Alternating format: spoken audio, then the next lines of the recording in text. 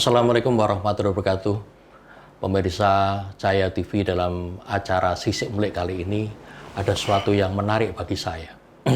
Dan kebetulan pada pagi hari ini saya dan tim ketemu dengan salah seorang yang berpengaruh di Kabupaten Kudus.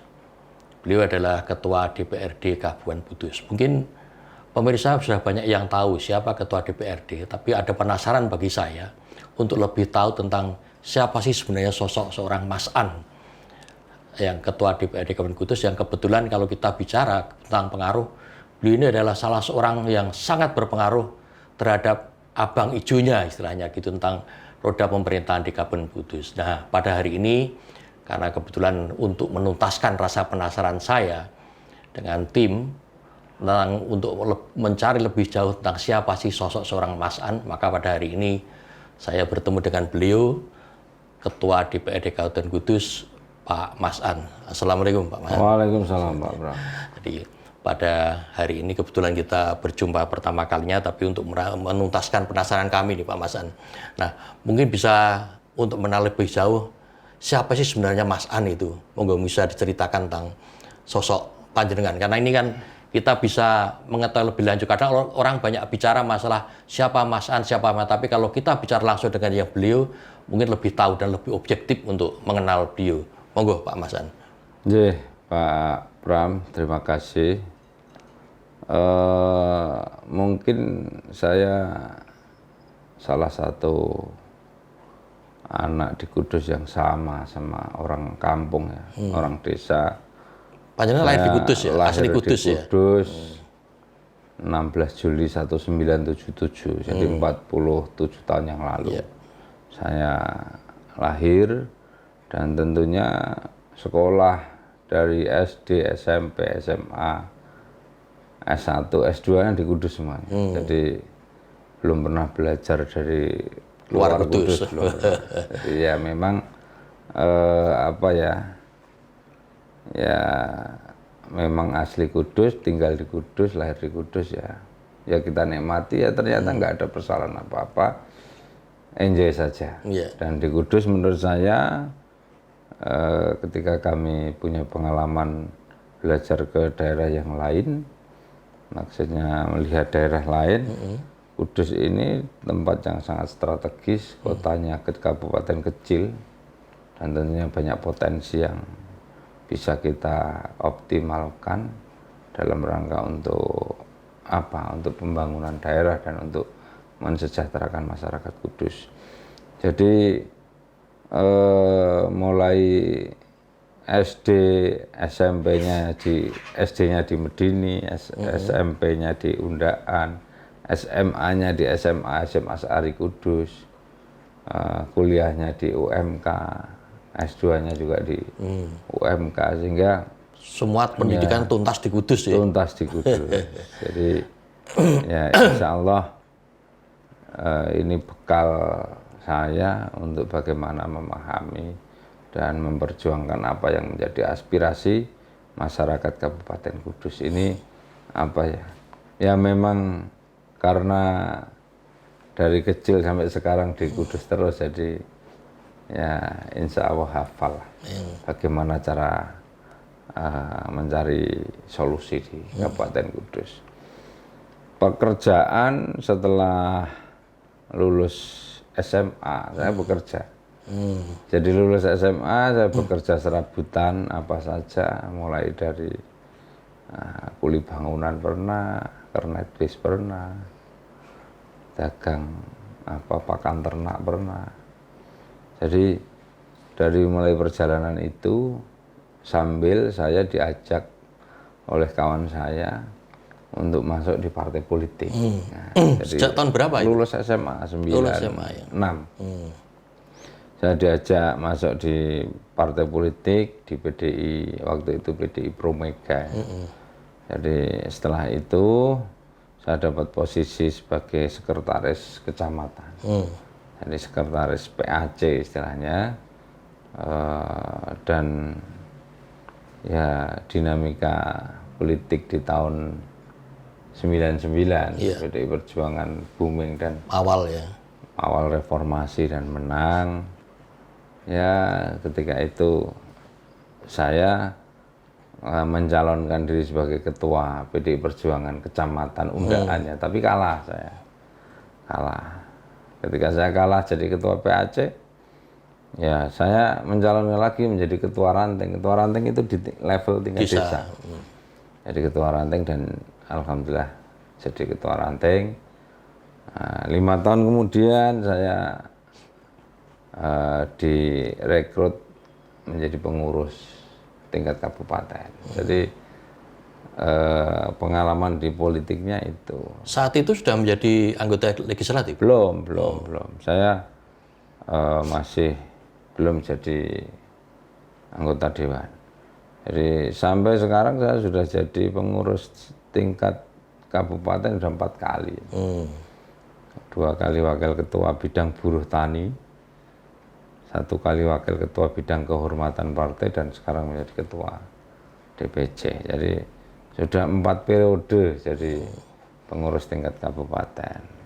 Nah ini yang menurut saya dalam menapaki kehidupan berpolitik ya tentunya belajar dari senior-senior yang ada, bagaimana ketika ada persoalan, bagaimana mencari solusi dan lain sebagainya, bagaimana menjalin komunikasi, ya kami belajar dari senior. Tahun 2009 saya baru maju. Tahun 2009 saya nyalek dan alhamdulillah jadi. 2009-2014 nyalek lagi, alhamdulillah jadi lagi. Jadi 2009 itu nyalek jadi, terus saya waktu itu dapat posisi sebagai ketua komisi B. 2,5 tahun kemudian saya dapat jabatan ketua komisi C. Setelah itu di periode 2014? Masih di periode yang sama. Oh, 2,5 tahunan. Cuma memang apa ya, euforia jadi anggota dewan kan ya memang waktu itu senang lah jadi anggota dewan. Tetapi apa di balik euforia itu ya memang kami memanfaatkan sepenuhnya di hari-hari libur ya, hari Sabtu, hari Minggu. Kami datang ke wilayah, ke desa, ketemu sama konstituen, kepala desa. Kami minta informasi, minta apa namanya, istilahnya kulaan masalah. Apa sih sebetulnya yang dibutuhkan masyarakat di wilayah ini tentang pertanian, infrastruktur pertanian, infrastruktur jalan dan lain sebagainya. Tentunya di awal-awal saya menjabat sebagai anggota DPRD, terus setiap hari Sabtu Minggu saya turun gantian dari desa A ke desa B ke desa C, sehingga hampir 1 periode itu setiap hari libur saya turun ke lapangan melihat kebutuhan real yang ada di wilayah saya. Dan tentunya alhamdulillah sembari melihat persoalan itu kami merealisasikan apa-apa yang menjadi aspirasi, misalnya jalan pertanian, jalan lingkungan, lampu penerangan jalan umum, bantuan untuk bibit pertanian dan lain sebagainya untuk UKM, UMKM, dan alhamdulillah itu banyak terrealisasi. Dan tentunya pada tahun 2014 saya mencalonkan kembali, ya mendapat dukungan dari masyarakat yang luas, sehingga saya mendapatkan suara terbanyak di Kabupaten Kudus waktu itu. Di 2014? Di 2014. Saya mendapatkan suara terbanyak dan dari PDI Perjuangan mempercayakan kepada saya untuk menjadi ketua DPRD di tahun 2014. Terus kami lakukan konsolidasi, turun ke masyarakat. Dan 2019 nyalon lagi, 2018 saya maju bupati. Tapi pernah sempat juga maju? 2018 saya nyalon bupati kalah. Nah, kalah, alhamdulillah kalah waktu itu. Tahun 2019 saya maju lagi di Pileg alhamdulillah jadi lagi dan dipilih lagi, dipercaya oleh partai untuk menjadi ketua DPRD lagi dan dipercaya untuk menjadi ketua DPC PDI Perjuangan Kabupaten Kudus. Dan kemarin juga pemilu lagi, terpilih kembali di Pileg tahun 2024. Ya itu apa ya, cerita-cerita singkat yang tentunya dalam proses menapaki politik ya susah, senang, sedih ketika kita melihat hal yang sebetulnya mudah untuk dilakukan tetapi menjadi sulit. Nah, itu yang kadang-kadang memang secara hati gregeten istilahnya. Kadang ya apa ya, kepengen jadi bupati itu waktu itu ya memang gregeten karena melihat hal yang sebetulnya mudah, kenapa sih dipersulit. Itu yang menurut saya menjadi penyemangat saya. Kenapa saya harus maju bupati pada waktu itu. Karena apa? Kalau kita berbicara kulaan masalah itu kan sebetulnya tidak butuh waktu yang lama. Kita masalah kan sudah di depan mata. Iya, betul. Kita tahu.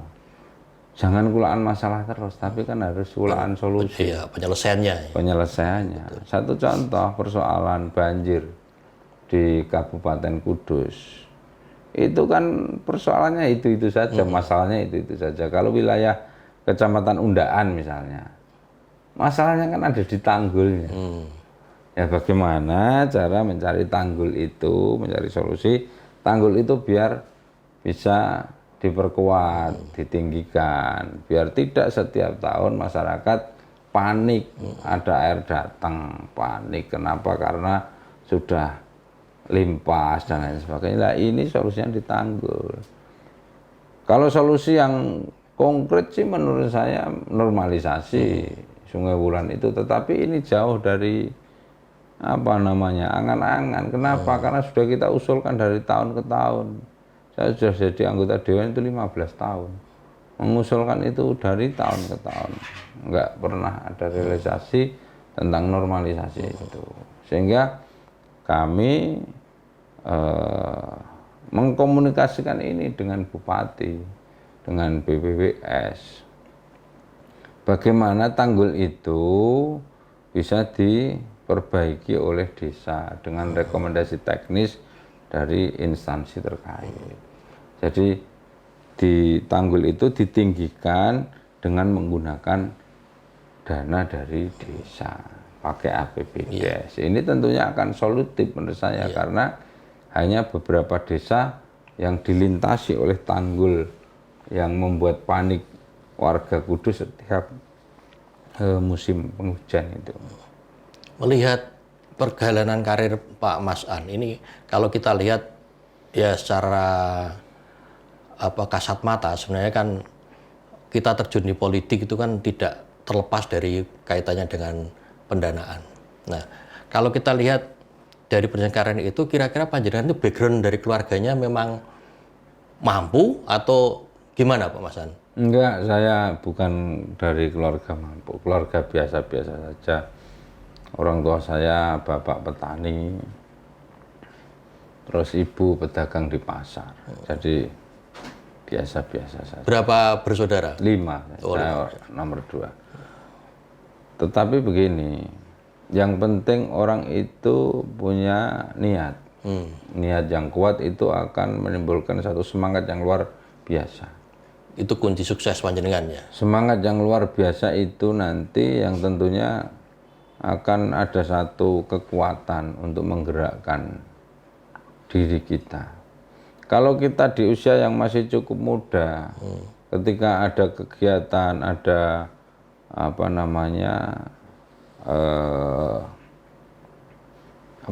ketika kita dipercaya orang, berhitung waktu, berhitung duit, berhitung tenaga, itu nanti tidak akan pernah jadi apa-apa.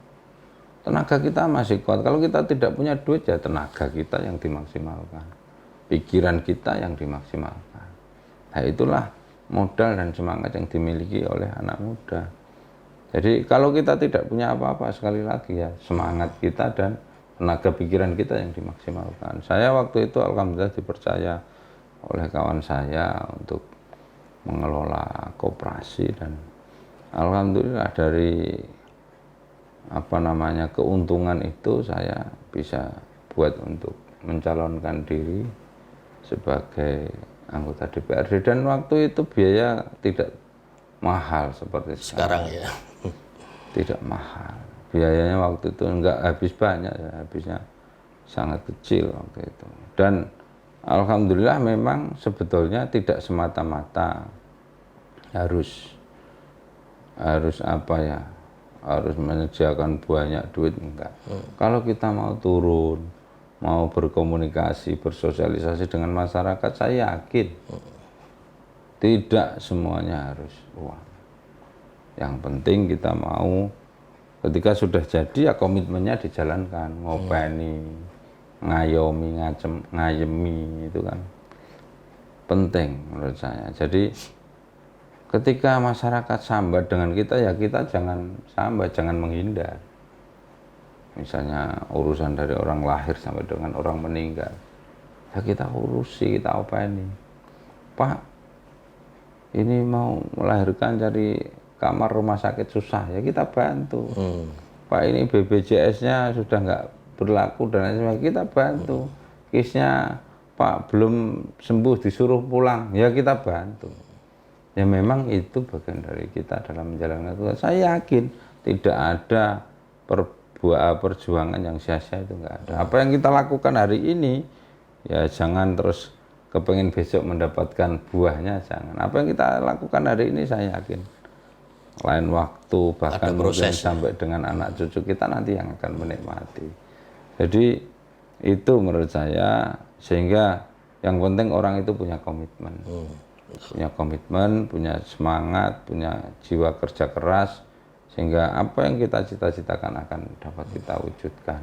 Kembali pada pokok persoalan yang misalnya tentang tadi, masalah di Kudus ini. Kalau masalah banjir di Undaannya itu tanggul penyelesaiannya. Kalau masalah banjir di Mejobo, menurut saya ya buatlah cekdam yang ada di wilayah atas, wilayah Sungai Piji dan Sungai Ndawe. Di sana kita buatkan sekat-sekat cekdam yang tentunya akan menahan laju derasnya air dari atas ke bawah, menahan laju sampah, sehingga air yang turun sampai dengan wilayah Mejobo sudah dalam kondisi terfilter dan insya Allah akan lancar. Cekdam itu menurut saya solusi di wilayah Mejobo. Kalau wilayah Jati, banjir yang di wilayah Jati solusinya pompa menurut saya. Jakarta yang sebegitu luas saja diselesaikan pompa, selesai. Apalagi di sini yang cuma kecil. Itu bagian dari solusi di Kabupaten Kudus. Terus apa yang bisa dilakukan oleh DPRD? Iya. Saya mengkomunikasikan dengan Bupati karena eksekusinya ada di eksekutif. Membuat surat, meminta izin ke pemerintah provinsi, kan tidak bisa DPRD. Itu kan secara dari pemerintah kabupaten ke pemerintah provinsi, kan begitu. Itu yang harus dilakukan oleh Pak Bupati, dan saya komunikasi dengan Bupati. Alhamdulillah beliau mau untuk membuat surat itu, sehingga ya kami berharap nanti segera diselesaikan di tahun ini di perubahan APBD, termasuk perubahan APBD biar tanggul Undaan selesai. Kalau yang Mejobo ya pakai APBD. Mungkin perubahan APBD tahun ini mulai direncanakan, APBD tahun 2025 mulai dieksekusi. Harus ada keberanian itu. Kalau nggak ada keberanian nggak akan selesai bencana di sini. Termasuk pompa. Pompa itu kan karena memang biayanya mahal. Bagaimana mampu komunikasi dengan Pak Menteri PUPR yang dulu sudah pernah menjanjikan mau ngasih pompa di Kabupaten Kudus, ya itu kita tagih. Minta pompa yang skala gede biar nanti cepat surut kalau tak ada genangan. Menurut jenengan ada keterbatasan kaitannya dengan posisi Dewan untuk menyelesaikan berbagai kasus yang ada di Kudus? Tugas Dewan kan budgeting, kontrol, dan membuat perda, legislasi. Jadi Bukan kami eksekutor tidak, ya? kita tidak ada tugas eksekusinya, nggak ada. Eksekutornya bukan di kami. Penganggaran ada di kami, tetapi eksekusinya ada di eksekutif. Antara pemerintah kabupaten dan pemerintah, surat keluar ya Pak Bupati tentunya kan, bukan DPRD. Iya. Jadi ini yang akan lebih kuat, akan lebih mempercepat bagaimana untuk merealisasikan apa yang menjadi persoalan, solusi yang menjadi persoalan di Kudus setiap tahun. Nah, ini yang tentunya menurut saya harus segera dilakukan biar paling tidak meminimalisir kondisi bencana di Kudus lah. Apakah juga itu salah satu yang mendorong panjenengan untuk maju ketika pemilu kada yang lalu, Pak? Ya kadang-kadang begitu. Dorongan itu ya? Dorongan itu gregeten tadi saya sampaikan, termasuk pelayanan yang misalnya Lambat. atau mungkin dipersulit. Bayangkan saja misalnya pengguna BPJS harus riwariwi, orang miskin harus riwariwi, itu secara nurani kan nggak jalan kalau misalnya ada orang yang susah masih disuruh apa ya. Kalau misalnya ada persyaratan yang kurang ya langsung dikasih tahu, oh ini loh standar mau masuk rumah sakit seperti ini. Tidak berbelit-belit. Tidak berbelit-belit. Nah itu loh kadang-kadang yang memang membuat hati dan pikiran saya gelisah ketika melihat situasi semacam itu. Jadi apa ya? Ya karena mungkin saya berbaur dengan mereka setiap hari, tahu kondisi betapa susahnya orang tidak mampu, betapa sulitnya orang tidak mampu. Lah ini yang mendorong saya, wah gregetan kudu nyalon bupati kadang-kadang begitu. Tapi ya kembali lagi apa ya, dengan segala kekuatan yang saya miliki, kewenangan yang saya miliki, ya berupaya maksimal bagaimana untuk mensejahterakan masyarakat Kudus.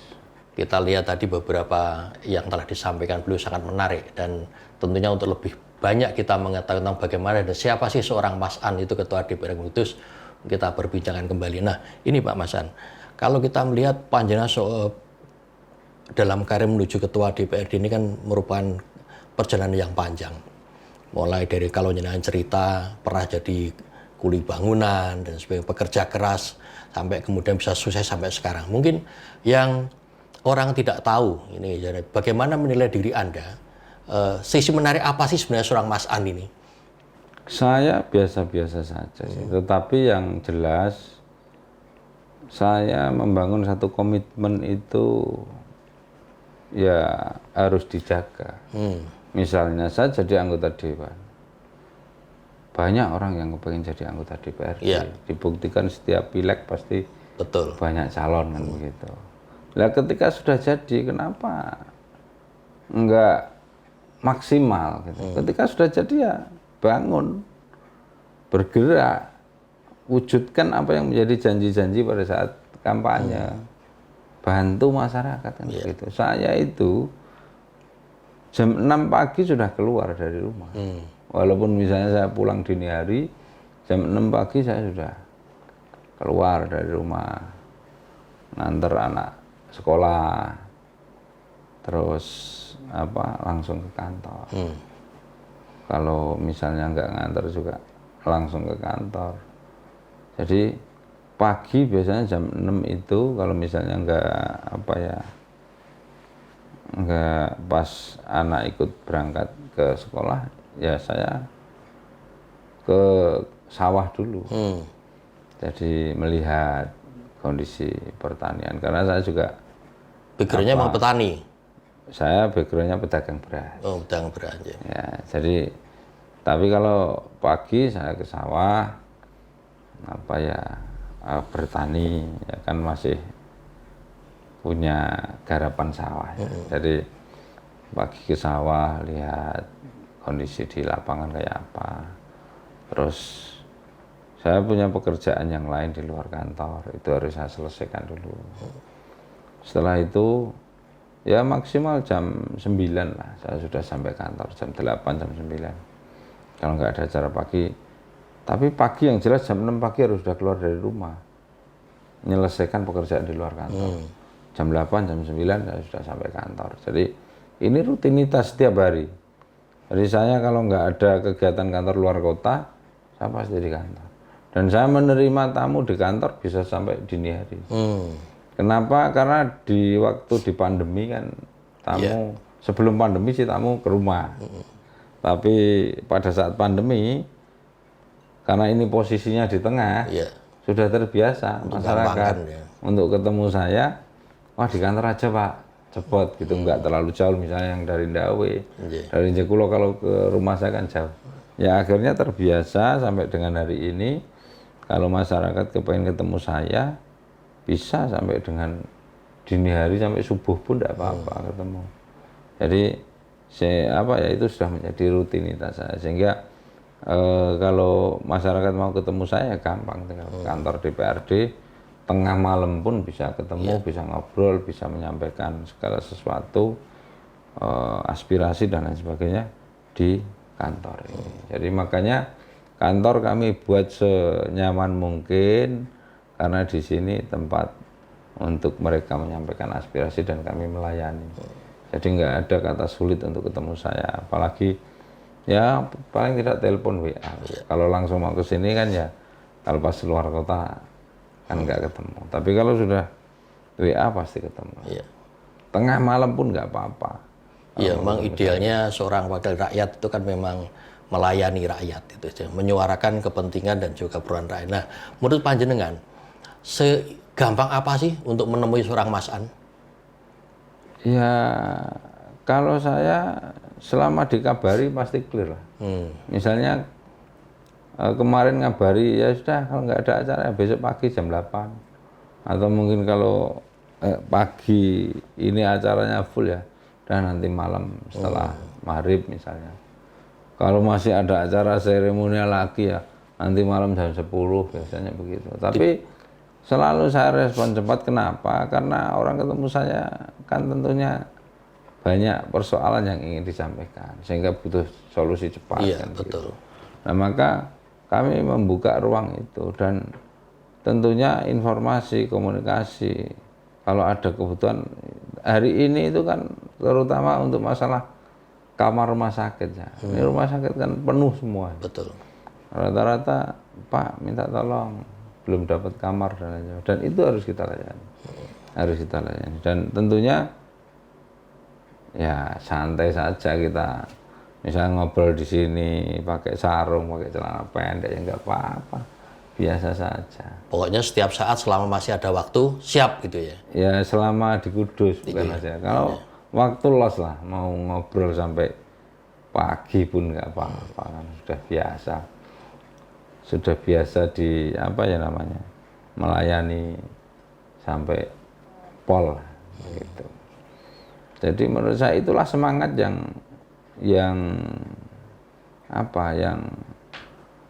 menurut saya pribadi kawan-kawan harus seperti itu. Wong nyalon DPR itu kan susah, banyak orang yang kepingin. Ketika sudah jadi ya komitmennya harus cetok, harus jelas. Datang ke masyarakat atau didatangi ya dilayani. Biar apa? Biar mereka merasa ada yang mewakili, sehingga nanti ketika pemilu lagi kita nggak susah-susah, nggak susah-susah cari dukungan karena saya yakin saya ini sudah yang keempat. Artinya keempat dengan yang akan datang ini, yang sampai 2029. Yang sampai 2029 saya sudah periode yang keempat. Artinya bahwa masyarakat ya sudah, menurut saya sudah percaya. Karena ketika saya jadi, ya ada manfaatnya untuk masyarakat. Itu yang kami lakukan. Kemudian ini Pak Mas An, saya melihat tadi yang sampaikan panjenengan sempat gergeten gitu ya.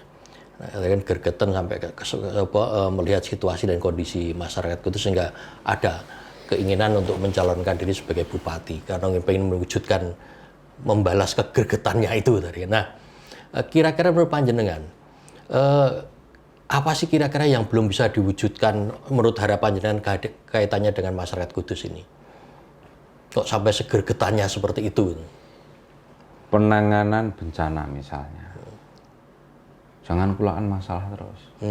beri solusi. Kewenangan saya terbatas dan sampai dengan hari ini saya belum merealisasikan itu. Itu yang tentunya menjadikan saya ya secara hati agak nggak enak hati lah. Terus misalnya masalah pelayanan, bagaimana dalam memberikan pelayanan itu.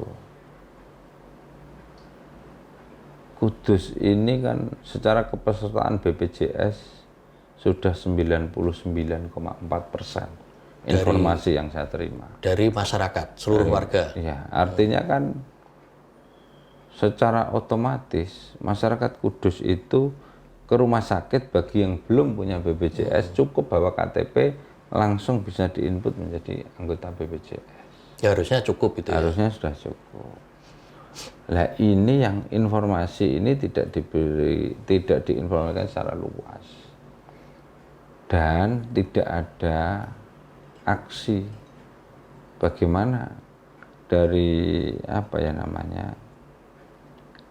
dari pihak dinas kesehatan maupun dari pihak Pak Bupati ngajak rembukan seluruh direktur rumah sakit, tolong dong warga Kudus yang masuk rumah sakit hanya bawa KTP segera dilayani. Sudah cukup lah ya. Nanti karena kan dia daftar langsung bisa aktif. Tidak seperti dulu ketika kepesertaan masih sedikit kan memang ada jeda ada waktu 2 minggu. Iya. Tapi hari ini langsung bisa aktif. Lah ketika begitu kenapa masih ada Pak harus bayar sendiri? Nah, ini yang kadang-kadang memang repot, tetapi itu butuh satu kerja nyata. Iya, butuh satu leader yang kuat. Direktur seluruh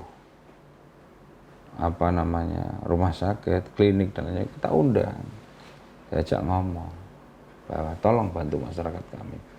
Klaimnya nanti kami bantu ke BPJS dan lain sebagainya. Terus infrastruktur. Infrastruktur tentunya ya kita tidak mungkin mengandalkan hanya APBD Kabupaten Kudus yang tidak besar. Tentunya Pak Bupati membangun komunikasi dengan pemerintah pusat. Pendapatan kita terbesar itu pendapatan transfer dari pusat ke daerah. Dari cukai. Kalau PAD kita hanya kecil, PAD kita hanya 20% dari APBD. Iya. Mayoritas yang untuk menjalankan roda pemerintahan di Kabupaten Kudus pendapatan transfer dari pemerintah pusat. Nah maka ini yang harus kita kawal. Ini kita kawal bagaimana nanti pembangunan infrastruktur ini juga bisa mendapatkan bantuan dari pemerintah pusat melalui DAK dan lain sebagainya, bantuan keuangan dari pemerintah provinsi, yang tentunya biar nanti cepat untuk bisa merealisasikan apa yang menjadi aspirasi masyarakat.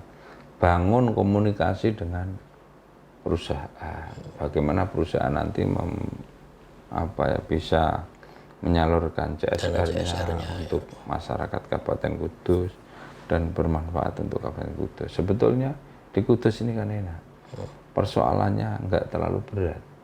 Kenapa nggak terlalu berat? Karena utamanya dari penjelasan pemerintahan kan bagaimana menekan kemiskinan, pengangguran.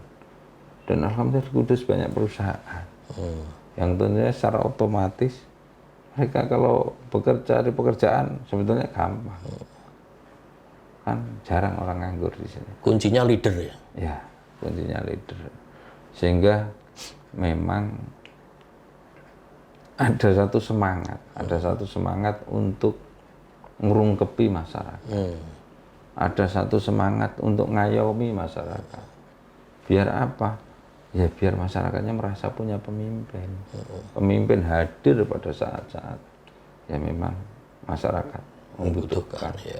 Satu contoh penanganan pengungsi di sini. Banjir itu kami menangani pengungsi sudah 3 kali di aula DPRD. Kami memberi contoh. Ketika melayani pengungsi, buatlah mereka senyaman mungkin. kita beri makan prasmanan di sini. Itu kan hanya persoalan cara. Iya. Biayanya sama saja dengan nasi bungkus. Kita buat prasmanan. Kenapa harus prasmanan? Kalau nasi bungkus kan mereka takut lapar Ya, nanti. terbatas ya. Sehingga ketika terbatas akan bawanya 2 bungkus, 3 bungkus. Nah, kadang-kadang disimpan di bawah bantal basi nanti. Tapi kalau makannya prasmanan, ya mau makan kapanpun setelah jam makan selesai, masih kita sediakan 24 jam nasi dan lauk yang ada. Sehingga mereka mau kapan, kayak di rumah, mau makan kapanpun ada. Termasuk tempat minum, air minum, kita sediakan di banyak titik. Sehingga mereka nggak nimbun air di bawah bantal. Air mau minum kapanpun kita sediakan, ada dispenser di beberapa titik, sehingga mereka merasa nyaman. Ditambahi lagi fasilitas yang lain, misalnya sekarang wifi, MCK full kalau di sini, terus hiburan, televisi dan lain sebagainya, termasuk trauma healing yang dari kepolisian, dari TNI, dari Ormas datang ke sini membantu. Kita kabari mereka dari komunitas, ada komunitas tukang pijat juga ke sini, komunitas apa salon rambut atau apa itu juga ke sini, potong rambut gratis, krim buat apa. Jadi mereka kita hibur terus. Standarnya VVIP ya untuk fungsi. Ya, kalau di sini VIP karena ruangannya ber-AC. Iya. Dan itu kan ya uangnya masyarakat ya. Kalau kita kembalikan untuk melayani mereka nggak ada salahnya. Dan tentunya kepedulian kawan-kawan anggota DPRD luar biasa. Ketika kami ajak bareng-bareng, ayo kita memberikan donasi untuk kawan-kawan. Jadi kalau bantuan dari masyarakat luar biasa banyaknya. Tetapi untuk hal-hal yang tidak masyarakat bantu itu kan barang-barang mentah. Iya. Kalau barang-barang yang misalnya untuk lauk pauknya kan nggak ada. Jadi itu dari donasi kawan-kawan, kepedulian kawan-kawan anggota dewan ngumpul sampai banyak itu. Kami buatkan list, ayo bantu, ada yang 5 juta, 3 juta, 2 juta, akhirnya dapat banyak dan alhamdulillah bisa melayani pengungsi dengan baik. Itu kalau tidak ada semangat, kalau tidak ada jiwa melayani, susah. Jadi makanya saya mengajak kepada kawan-kawan anggota DPRD, ayo bareng-bareng melayani mereka. Ini saatnya kita melayani. Kan ini sudah selesai pemilu. Iya. Kalau pemilu belum selesai mungkin, ini untuk cari muka. Tapi kalau ini sudah selesai harus tetap kita lakukan dengan baik dalam rangka melayani mereka. Jangan sampai baru pemilu terus hilang, lupa akan semangat dan janji-janjinya. Jangan. Ya harus kita terus ada di tengah-tengah mereka. Kuncinya di komitmen kepemimpinan itu ya. Baik, kita akan berbincang lagi dengan Pak Masan kaitannya dengan apa yang akan dilakukan dan berkait dengan pelayanan. Ini karena kita lihat bahwa apa yang disampaikan tadi, pelayanan masyarakat itu satu hal yang kunci yang untuk bisa mensejahterakan masyarakat itu ya Mas ya. Tentunya dari tadi yang disampaikan itu banyak berkaitan dengan bagaimana harus melayani masyarakat dan bukan untuk malah dilayani gitu ya. Karena seorang pemimpin itu memang harusnya idealnya melayani masyarakat, bukan mereka yang minta dilayani. Nah, ini berkaitan dengan sebentar lagi kan kita ada kontestasi pilkada ini Pak Mas, karena memang kalau kemarin Pileg sudah lewat lah dan alhamdulillah panjenengan terpilih kembali untuk yang keempat kalinya ya. Dan ini bukan suatu prestasi yang abal-abal tentunya, karena untuk jadi 4 kali menduduki kantor dewan itu suatu hal yang tidak gampang. Nah, dan kita lihat juga banyak sekali kawan-kawan legislator itu yang hanya 2 kali, 1 kali malah kemudian tumbang tidak terpilih lagi. Nah, kaitannya dengan sekarang sebentar lagi kita sudah memasuki pada tahapan pilkada. Nah, bagaimana menurut panjenengan dengan pilkada yang akan digelar di Kabupaten Kudus kali ini? Ya, untuk pilkada tentunya di Kabupaten Kudus menurut saya kalau kami boleh memberikan gambaran, kita butuh pemimpin yang punya visi misi yang jelas, punya komitmen yang jelas, sehingga persoalan-persoalan yang ada di Kudus bisa cepat diselesaikan. Hanya orang yang paham tentang persoalan sehingga dia akan cepat memberikan solusi. Dan orang yang punya komitmen yang kuat yang akan bisa cepat menyelesaikan itu. Menurut saya kriteria pemimpin harus satu, orangnya pintar, orangnya peduli, dan apa ya, pintar, peduli, dan punya komitmen ya, semangat, punya keberanian. Jadi punya semangat dan punya keberanian. Karena kalau hanya pintar saja, tidak punya kepedulian, nggak ada artinya.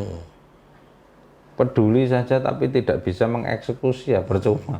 Artinya memang pintar, peduli, dan punya semangat, punya komitmen itu penting menurut saya untuk pemimpin Kudus ke depan.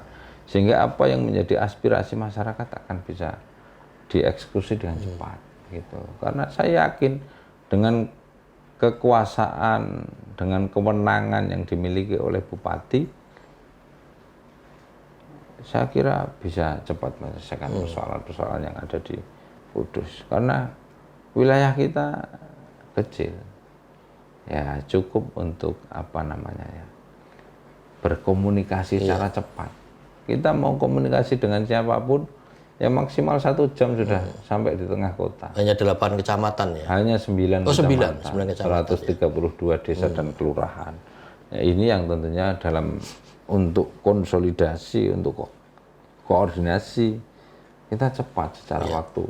Sehingga seharusnya penyelesaiannya juga harus cepat. Nah ini butuh satu komitmen pemimpin dalam rangka mewujudkan itu. Nah tentunya orang-orang terbaik di Kabupaten Kudus ya harus ada kepedulian, bukan hanya sekedar kepengen maju jadi bupati, ketika sudah jadi bupati terus ya hanya menjalankan seremonial pemerintahan saja, tetapi harus berbasis pada merealisasikan apa yang menjadi kebutuhan publik, kebutuhan masyarakat. Kuncinya itu sih menurut saya. Kalau kebetulan hasil pemilu kemarin PDI Perjuangan mendapatkan kursi 9, artinya bisa secara syarat bisa PDI mengajukan Perjuangan bisa mengajukan calon. Nah tentunya kami, saya sebagai ketua DPC PDI Perjuangan juga menggodok nama-nama nanti yang akan dicalonkan di PDI Perjuangan yang nantinya tentu akan kami usulkan ke DPP, ke ketua umum untuk mendapatkan rekomendasi kan gitu. Melihat komitmen juga semangat panjenengan untuk mengatasi rasa gregeten karena tereksplor kepengen menyejahterakan masyarakat Kudus nih Pak Masan.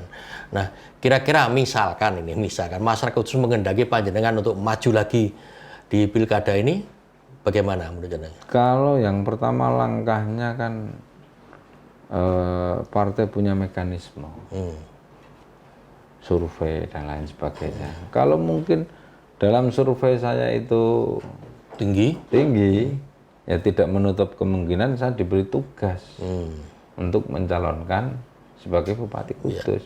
Dan ketika saya diberi tugas, tentunya tugas itu akan kami jalankan. Dan begitu. Jadi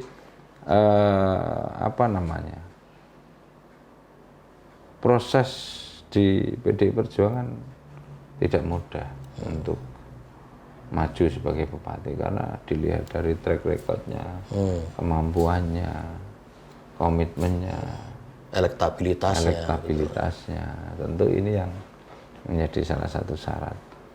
Nah, bentuk dukungan masyarakat bisa dilihat dari survei tadi. Dapat dukungan enggak ini dari masyarakat? Oh, Mas An selama ini misalnya kerja apa yang sudah dilakukan dapat penilaian baik enggak dari masyarakat, kan bisa dilihat dari survei tadi kan gitu. Nah, tinggal nanti saya belum tahu apakah nanti saya maju atau tidak. Yang jelas saya menunggu mekanisme yang dilakukan oleh PDI Perjuangan. Misalkan saja ini kemudian partai menugaskan dan alhamdulillah masyarakat Kudus juga mendukung dan terpilih. Kira-kira panjenengan yakin bahwa bisa mewujudkan apa yang jenengan sampaikan tadi untuk bagaimana mengatasi persoalan-persoalan termasuk komitmen untuk mesejahterakan masyarakat Kudus? Saya yakin bisa. Bisa ya. Ya. Karena jadi bupati jangan hanya duduk di kantor. Turun ke bawah, naik ke atas. Turun ke bawahnya menyapa masyarakat, melihat, mendengar apa yang menjadi keluhan mereka, naik ke atas memperjuangkan dalam rangka bagaimana anggaran di Kudus ini bisa mendapatkan bantuan dari pemerintah pusat dan pemerintah provinsi, membangun komunikasi.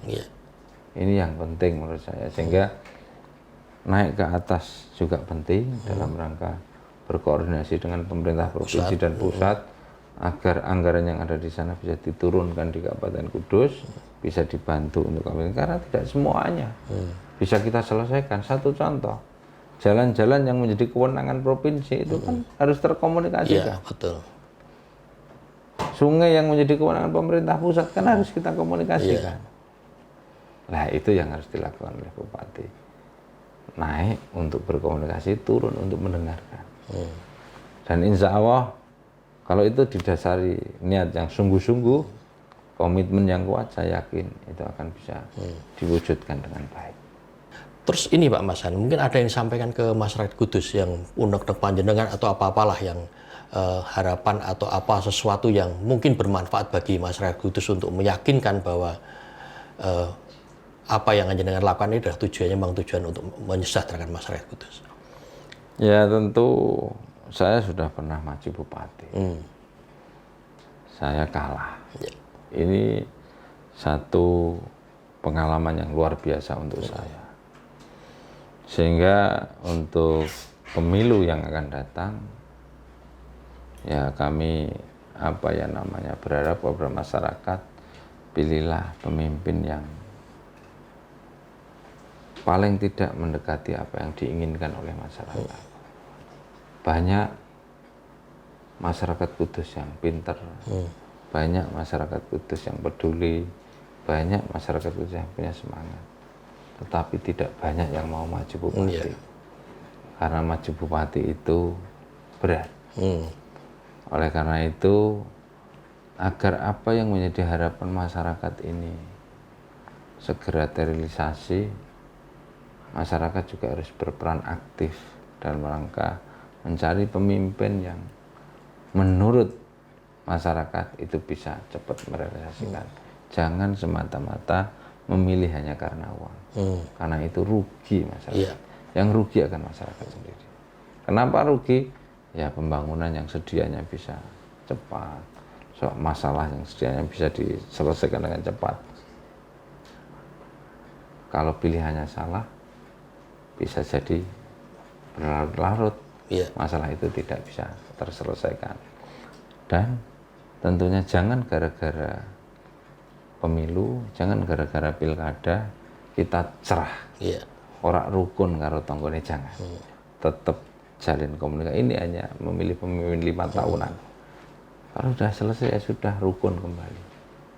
Saya sudah pernah nyalon, ya biasa-biasa saja. Maksudnya apakah itu pendukung saya atau tidak? Ya ketika sudah selesai sudah berdamai saja dengan keadaan. Faktanya hari ini saya tetap memperjuangkan apa yang menjadi aspirasi masyarakat sesuai dengan kewenangan yang saya miliki. Mungkin itu. Pemilu selesai tidak ada dendam di antara kita. Gitu jangan ada dendam lah. Baik, pemirsa Sisik Melik Cahaya TV, demikian tadi perbincangan kita dengan Pak Mas An, salah seorang tokoh berpengaruh di Kabupaten Kudus. Beliau ketua DPRD Kabupaten Kudus, dan kalau kita bicara pengaruh, beliau ini mempunyai pengaruh yang kuat. Salah satunya adalah bagaimana membuat Kudus ini lebih baik, dan tentunya komitmen dan terus apa yang sampaikan tadi menjadi gambaran kita untuk lebih mengenal lebih jauh siapa sih sebenarnya Mas An itu yang saat ini kebetulan sedang menjabat sebagai ketua DPRD Kabupaten Kudus, dan alhamdulillah mungkin dalam periode yang akan datang 2004-2009 beliau terpilih lagi untuk yang keempat kalinya Pak Mas An. Saya ucapkan terima kasih dan selamat pada Pak Mas An. Selamat bekerja dan selamat bertugas. Kita berjumpa lagi di Sisi Mulek yang akan datang. Matur nuwun. Terima kasih Pak.